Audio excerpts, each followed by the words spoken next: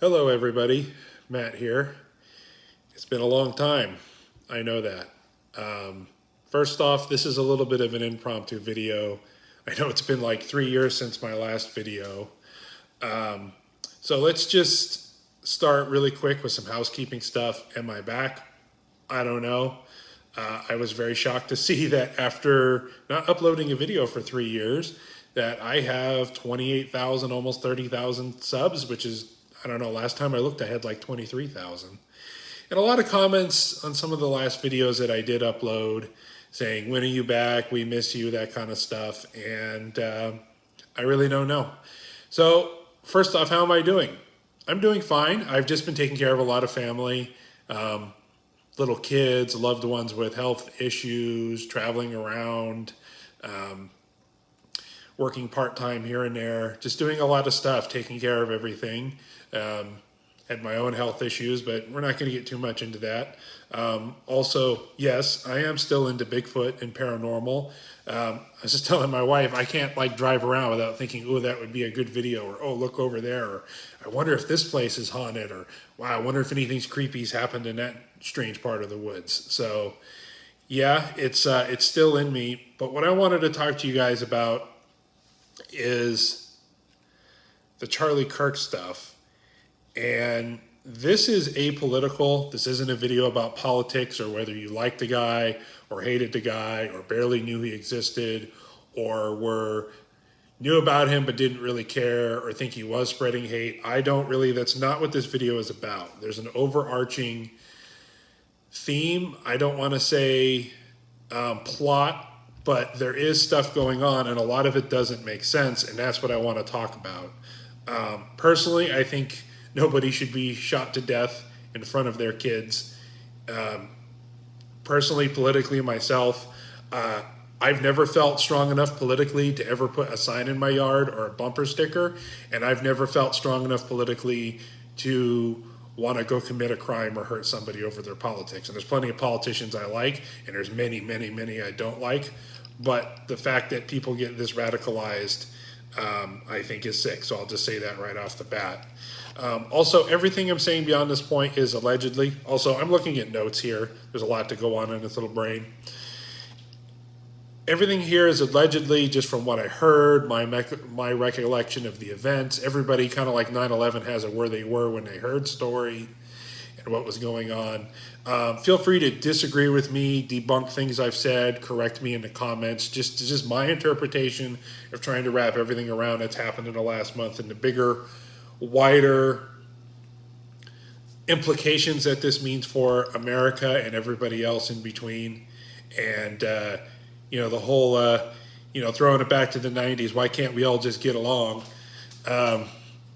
Anyway, so that being said, this is all allegedly. This is just how I remember it. Now, there's a little bit of more of a preamble here. Just remember, the CIA has been admitted and caught in other government agencies that they're in all the mainstream media.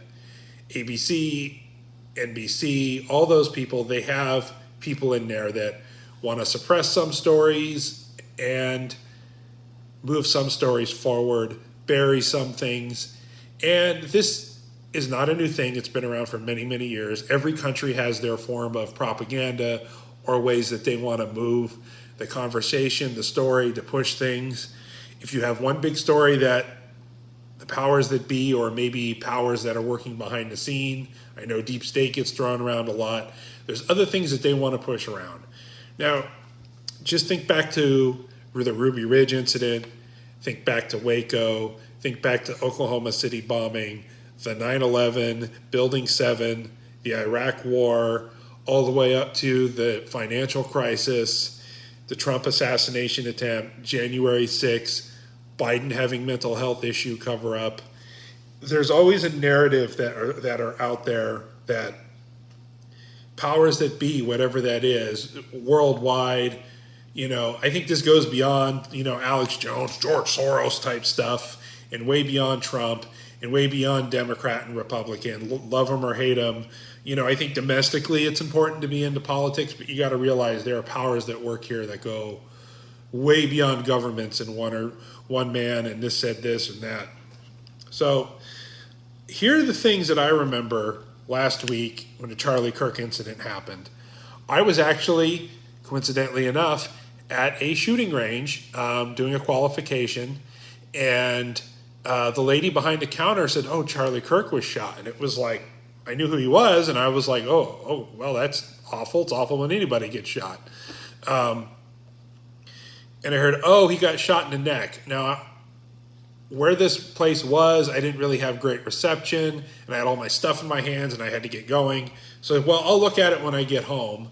Then I turned on the radio, KFI AM 640 here in California.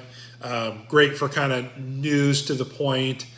You know, I could take or leave a lot of their hosts, but their news is very much to the point.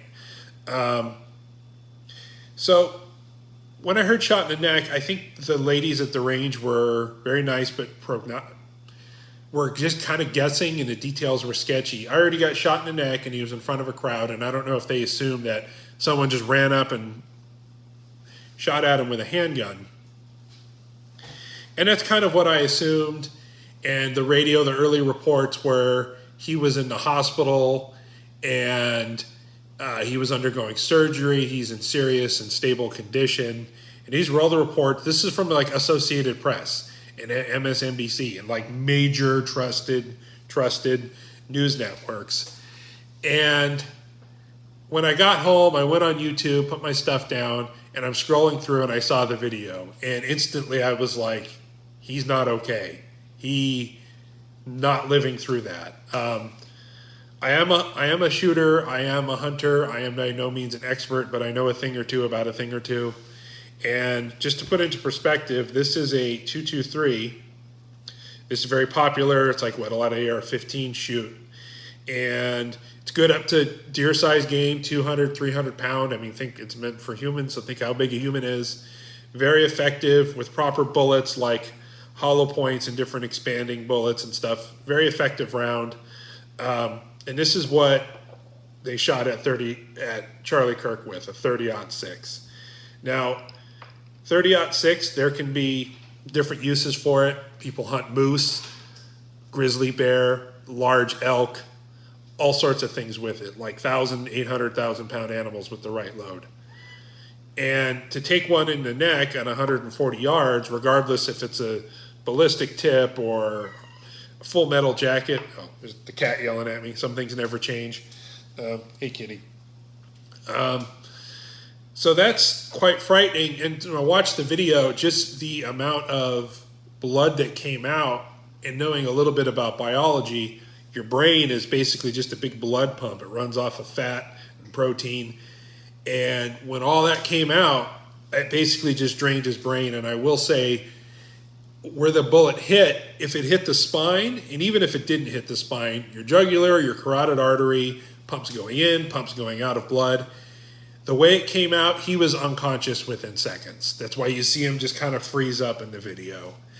And from what I saw, I didn't see an exit wound, which is really odd because even the lightest loadings in 30-06 with bullets that are meant to expand would probably go all the way through, because a human neck, I mean, I've got like a thick neck and it's not very, I mean, some people even argue I don't have a neck. But anyway, it doesn't take much to go through that much. And I don't remember seeing an exit wound, which was kind of odd for a 30-06. But bullets can do strange things. You know, who knows what type of ammo he was shooting. What else got hit, if it went through anything else. Anyway, but it was just odd that all the initial reports that he was going to be fine, or he was living through it. And when I saw the video, it's like, no, there's no way. There's no way you're going to live through that. Not losing that much blood that instant. And so that was really odd right off the bat. And I understand the chaos of the moment and conflicts. And someone says, oh, I heard he was stable. And then news sources run with it. And I think most of the things I'm going to talk about in this video, you can kind of once or twice chalk up to hearsay, and this doesn't make any sense. But I've got a long list of stuff here, a long list of things that don't add up or make sense. And I think I know what's going on. I'm going to try to keep the rest of this video a little more brief. But it was clearly fatal, dead right there with a 30-06, I'm sorry to say. So right as after the shot happened, it was during when he was asking a question about trans violence. Now, I have nothing against trans people. I don't have a dog in this fight. I'm just reporting what happened. So he was also wearing a shirt that said freedom on it. He said he went to the hospital, was serious but stable and under surgery, pronounced dead at the hospital. I think he had passed right there. Right after the shot, some crazy guy with his pants down caused a big distraction saying, I did it. Reportedly, this guy was going to all sorts of events and disruption, and then he actually said he caused a distraction so the real shooter could get away, and that's very odd, even if he is a local wacko that shows up to these things. Apparently he had graphic images, I won't say it for YouTube's sake, on his phone, horrible things about children on his phone. And he's going to jail for a long time and hopefully getting the mental help that he needs. But there was that. And then right after that, the FBI, Kash Patel, he came out and said, we have another guy in custody. I guess they found some other tall guy dressed in black. And every time you say you have somebody in custody, everybody goes, oh, and stops looking and stops wondering. So intentional or not, every time there's one of those that happen, it gives the real suspect time to get away, time to get a story. And where it gets really weird is the rifle casings apparently he engraved. Now, we've seen pictures, a faraway picture of the bolt-action rifle that he used, a Mauser, I guess, in 30-06, which is not so much in America, but super common worldwide. A Mauser is probably the most copied action in the world. The bolt action itself, different companies like Winchester and a lot of other brands, Ruger, use a Mauser style action. But the actual company brand, kind of like Channel Ox is a brand, but adjustable pliers, there's a million copies of, things like that. So they found engravings on the shell casings. I won't get into it. There's been a lot covered about it. And they're very clearly like, okay, well, that would implicate why he's going after poor Charlie. But the media was trying to spin it that maybe he was a MAGA guy or right wing. And I'm for and you people who are seeing my past videos know that I try to be very objective and fair. And let's not snap to judgments. Let's not hang anybody. I'm always a firm believer of, even if we think we have somebody dead to rights, let's go to trial. And I'm very happy that if it actually does go to trial and the suspect doesn't plea out, because I think there's so many questions backed up with this, and they hopefully would come out in a trial. I don't know if you guys have seen, but they're paving over the site. Yeah, like where the grass area where Charlie was, they're paving it over. What's up with that? Apparently the suspect, there's a lot of confusion about what happened. Apparently he turned himself in, or his parents confronted him and they turned himself over to a family friend who was a pastor, who was a sheriff or a marshal or something like that. That seems very strange. Obviously, if somebody came to me and admitted that they killed somebody, I would go to the police. Otherwise, you're an accessory to after the fact. And yeah, so I could totally see why the parents would be like, oh crap, we got to turn our son in. But apparently he admitted it, but he's not cooperating. Now, I think 99% of the time, in most cases, if you're ever in any kind of legal trouble, whether it's an argument with your neighbor over your dog poop or capital murder or crimes of any type, it's usually best not to say anything to police, not to give statements, not to cooperate, and just plead the fifth and let your lawyers and people figure it out. And so I guess maybe that's what he's doing, but if he admitted to it, but then he's not admitting to it, which is odd because normally especially your life is on the line, and I do believe the capital offense in Utah is lethal injection and firing squad. Usually people are ready to plea down or talk to get away from the death penalty or admit others for a lesser sentence. Yeah, and that's the other thing is I guess I've heard reports that there was 20 plus people maybe involved in this. Um, People were cheering right away after he got shot, so that was kind of strange. Also, just for me, trying to be a private person, but also wanting to talk to people is hard. So people are stupid enough to celebrate this publicly are getting fired from their jobs and getting doxxed and canceled, which I have a problem with, but that's not really that is kind of the point of this video. People are firing people for criticizing Kirk, and it's like, if you're a private job and you have an employee and the guy says, oh, he had it coming or whatever, and you fire him, it's your company. And I think that's kind of it's the First Amendment rights, but I think it's a very, very slippery slope. And if you're someone out there who didn't like Charlie Kirk, that's completely fine with me. If you're happy about what happened, that's completely up to you. But other than saying it, I think at work, I think I would just be like, oh, it was awful and move on. You just have to be careful. Like I said, I've never felt strong enough about any candidate to ever want to put a sign in my yard or a bumper sticker on my car. And I've never felt strong enough about any candidate to want to go protest on the street and go stand out there with a sign or take drastic action. I mean, it just seems ludicrous. The mainstream media early on was claiming it was a MAGA guy. And then when that narrative kind of fell apart, they were blaming, it was a crime of passion because his boyfriend, girlfriend, trans partner, sorry if I got that wrong or however, it was a love story because they were sticking up for his trans partner. Okay, I think it was just somebody who had deep hatred and was radicalized online. And there's a lot of other layers to this that just don't make any sense. None of it makes any sense. When he was climbing down off the roof, they say, oh yeah, he shot the guy, came off the roof, and then ditched his rifle in the woods, wrapped in a towel, and changed his clothes. But the video on the roof doesn't show him with a rifle. They said they found a screwdriver, so I guess it's possible that he took a screwdriver and undid 2 action screws, took the rifle apart, the action in the barrel, and then wrapped them in a towel, I guess, and then put it back together. Well, why would he even bother? Or, I don't know, that just doesn't make sense to me. They have the video of this guy. You don't see him with the rifle, but they claim they got it. They claim they got his DNA on the trigger. And the most dumbfounding thing to me is, allegedly, this is all allegedly, the messages between him and his, we'll say partner, lover, whatever. He clearly was like, it was me, I did it. My motivation was he had it coming. It was my rifle. It was, he pretty much admitted I plotted it out for a week. Everything you could possibly want from a prosecutor's point of view, he said in messages to his partner, his lover.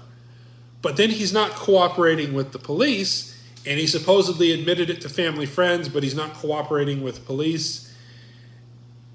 Is he being railroaded? Are they getting the story wrong? Do they have the wrong guy? Is it a setup? Is it a deeper conspiracy? I don't know. All I know is a week before there was a heinous shooting at a Catholic school by a mentally disturbed shooter. 1 week before, where 2 little kids lost their lives, and it's sickening because I have little kids. And that lady who was stabbed on the subway by a guy who was an immigrant from a war-torn country, come here to come work hard and start a new life, and she was stabbed on the subway by a guy who was arrested 12 times this year or something, at all these priors, who should have been in jail, should have been off the streets, should not have had a knife. He was a turnstile jumper on the metro, the subway, or whatever it was. And it all just seems like if I couldn't orchestrate a better way if I could come up with situations to divide this country and take over controls of narrative and I'm just saying this is just an idea, but if I wanted to, which I'm against this, declare trans as a mental illness, deny people their rights, which is a very slippery slope. The road to hell is paved with good intentions.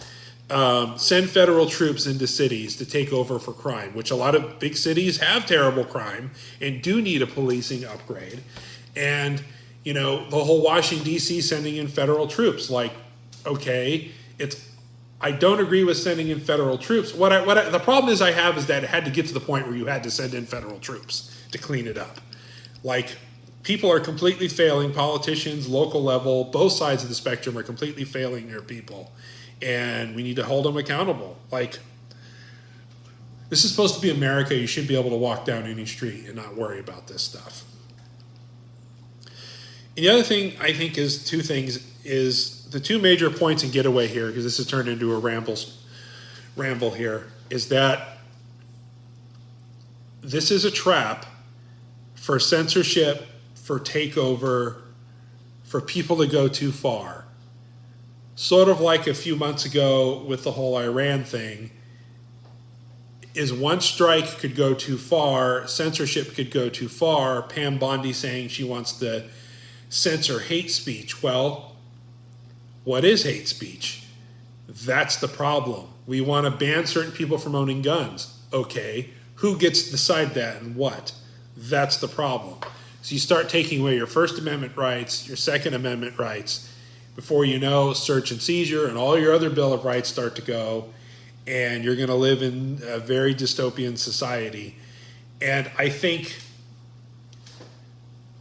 there's a swing back and forth. Cancel culture was really big on one side of the political spectrum for people misgendering things and very relatively minor stuff. A lot of people lost their jobs 4, 5, 6 years ago.